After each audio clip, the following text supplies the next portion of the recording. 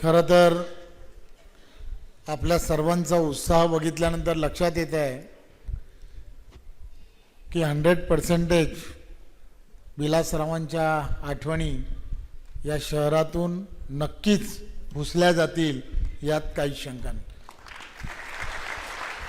भाजपा प्रदेशाध्यक्ष रवींद्र चव्हाण यांनी विलासराव देशमुख यांच्याबद्दल केलेल्या वक्तव्यानंतर लातूरचं बाबळगाव असणारं जे आहे ते कडकडीत बंद ठेवण्यात आलंय. आपण जर बघितलं तर सकाळपासून हे बाबळगाव जे आहे ते पूर्णपणे बंद ठेवण्यात आलंय. खरं म्हणजे विलासराव देशमुख यांचं मूळ गाव हे बाबळगाव आहे आणि या बाबळगावमध्ये देखील तीव्र संताप जो आहे तो संताप व्यक्त करण्यात येतोय, निषेध आहे तो निषेध व्यक्त करण्यात येतोय आणि एकूणच आहे तर आज लातूर बंदची हाक देखील देण्यात आलेली आहे. आणि विलासराव देशमुख यांचं मूळ गाव असणारं बाबळगाव देखील 100% सकाळपासून कडकडीत बंद जे आहे ते बंद ठेवण्यात आलेलं आहे.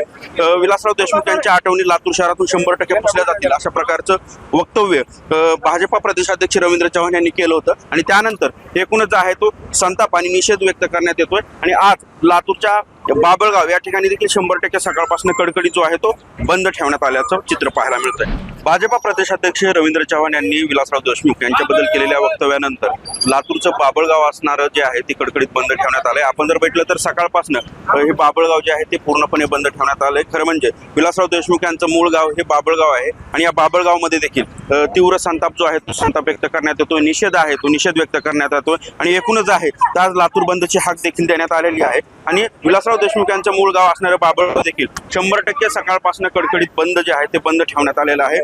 विलासराव देशमुख यांच्या आठवणी लातूर शहरातून 100% पुसल्या जातील अशा प्रकारचं वक्तव्य भाजपा प्रदेशाध्यक्ष रवींद्र चव्हाण यांनी केलं होतं आणि त्यानंतर एकूणच आहे तो संताप आणि निषेध व्यक्त करण्यात येतोय. आणि आज लातूरच्या बाबळगाव या ठिकाणी देखील 100% सकाळपासून कडकडीत जो आहे तो बंद ठेवण्यात आल्याचं चित्र पाहायला मिळतंय.